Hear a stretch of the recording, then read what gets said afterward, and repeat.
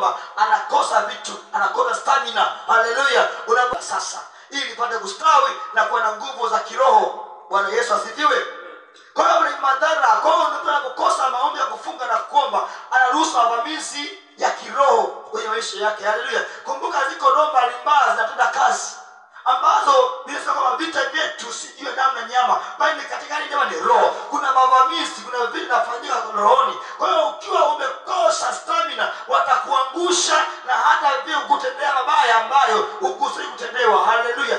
Neema kionayo haizuii kuomba. Neema ulioipata haikuzuii wewe kufanya kuomba. Haleluya.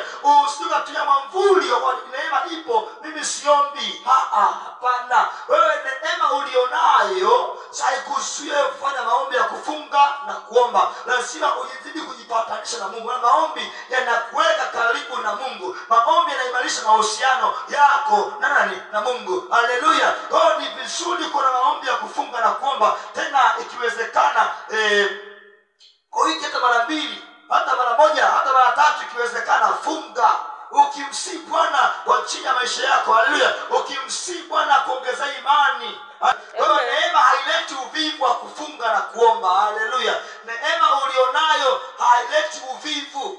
Usitumie mwamvuli wa neema kuwa mvivu wa kuomba.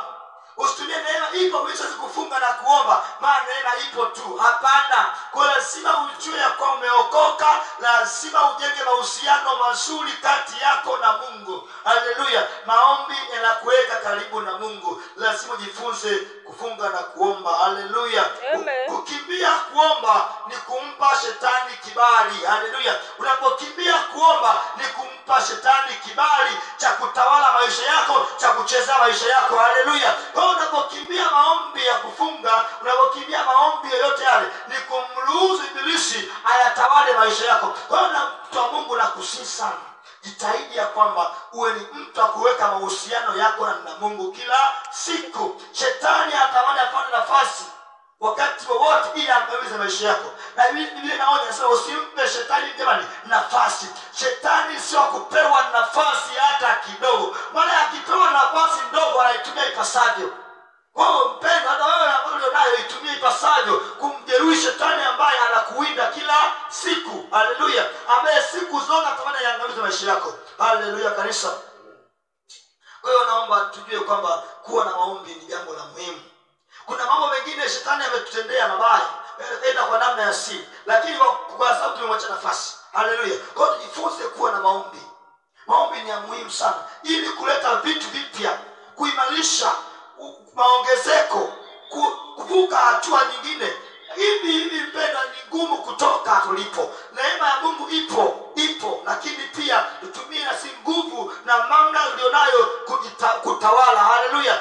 Na mamlaka hayo tupewa mamlaka ya kutenda chochote katokea. Haleluya. Na ushindi mkubwa Yesu ameshatupa. Ushindi yaani tayari ushindi tuko nao, lakini jinsi kutumia ushindi huu ndio changamoto ipo. Shetani ameweka hofu kwenye mioyo yetu na shida kutumia kile ambacho tuko nacho. Haleluya. Kwa hofu inazidi kitawala ndani ya moyo wa mtu, inadhoofisha ile imani ya kuleta matokeo makubwa kwenye maisha ya mtu.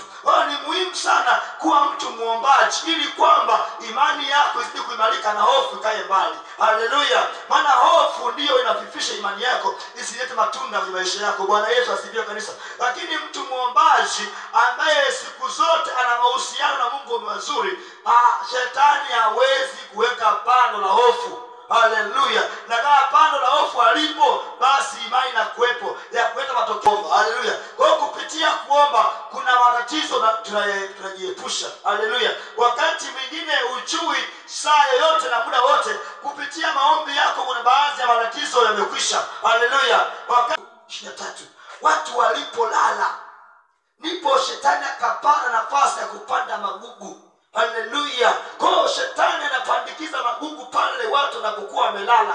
Shetani mlango wake ni watu wanapokuwa wamelala.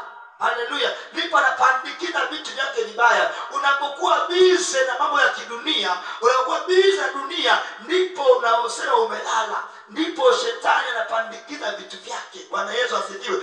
Unazungumzia kwamba mambo ya dunia hayakupiti. Dunia inayokutawala, ndipo ndo kulala. Unapokuwa ndipo shetani fulani, anapata nafasi ya kupandikeni mbegu mbaya au magugu. Bwana Yesu asifiwe. Hiyo unapokuwa uko moto kila wakati, inakusaidia wewe kushinda vita ya dunia, na hata wakati ule utaenda mbinguni. Haleluya. Kuna siku nikwambia kwamba Bwana atakuja kuwachukua watu ambao wapo moto. Haleluya.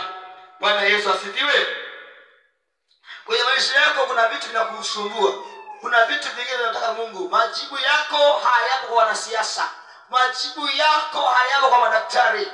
Majibu yako sahihi yapo kwa Bwana. Mungu anawajibu. Bwana Yesu asifiwe. Uwe na maombi ya kufunga. Bila hivyo maongezeko utayasikia tu pembeni. Haleluya kanisa. Lazima tuwe na maombi ya kufunga na kuomba, ili tuongeze stamina ya kustawi kwenye maisha yetu. Haleluya. Uvivu wa kufunga na kuomba utakufanya ukose ufahamu wa neno la Mungu. Haleluya. Unapokuwa mvivu wa kufunga na kuomba, unakosa ufahamu wa neno la Mungu. Bwana Yesu asifiwe. Mtu neno la Mungu, hii Biblia hili sio kitabu kama gazeti. Lazima uwe umefunuliwa. Kuna uvuvio wa Roho Mtakatifu. Haleluya. Maana Biblia ni logos. Unapokuwa ukisoma iwe kama rema, iwe ndani yako, tende kazi. Haleluya. Kwa lazima neno la Mungu ili pale ulikuwa na ufanisi ndani yako, lazima ndani yako wewe muombaji. Haleluya. Maana neno ni mbegu. Maombi ni kama maji. Kwa hiyo ni muhimu kuwa na maombi ya kufunga na kuomba, ili hata neno la Mungu listawi na kuleta matokeo kwenye maisha yako. Haleluya. Neno la Mungu huleta matokeo pale mtu ambapo anakuwa ni mtu wa kufunga na kuomba. Haleluya. Kukimbia maombi ni ukataa uelewa wa neno la Mungu. Haleluya kanisa. Unapokimbia maombi ni ukataa uelewa. Maombi ina kazi. Biblia upate kuielewa vizuri.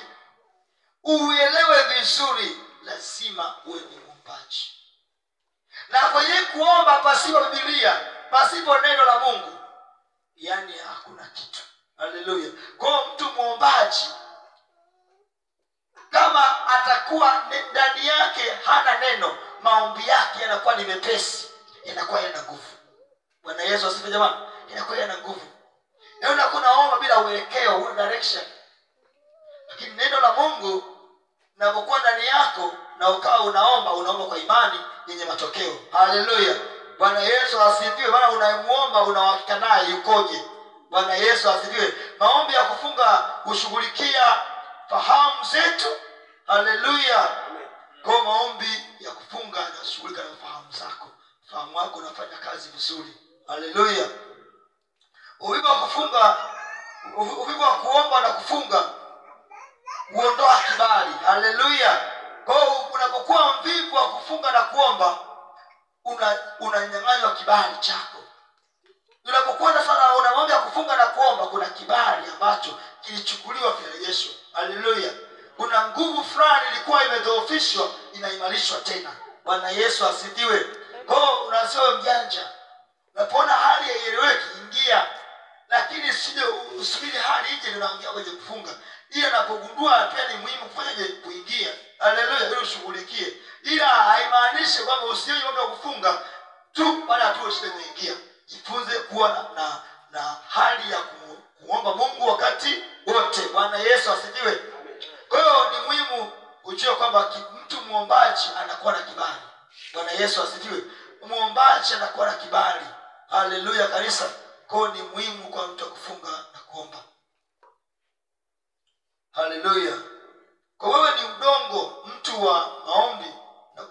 Kwa hiyo lazima ujifunze kwamba ili neno lipate kumea vizuri, inahitaji udongo mzuri. Haleluya. Na udongo mzuri ni mtu mwenye maombi. Haleluya. Mtu mwenye maombi neno linastawi, maana udongo mzuri. Bwana Yesu asifiwe. Maana linakuwa linastawi na kuleta matunda.